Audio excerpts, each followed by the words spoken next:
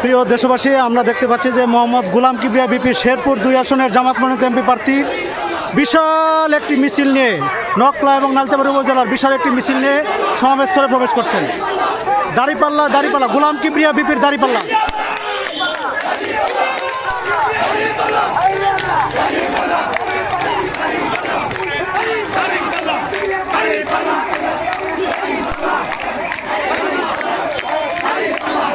ধরুন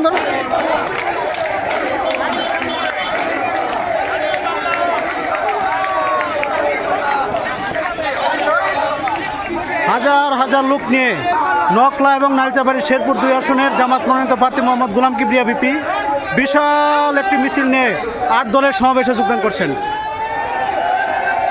আমরা মিছিলের শেষ দেখতে পাচ্ছি না, মিছিলের শুরু আছে, শেষ নাই।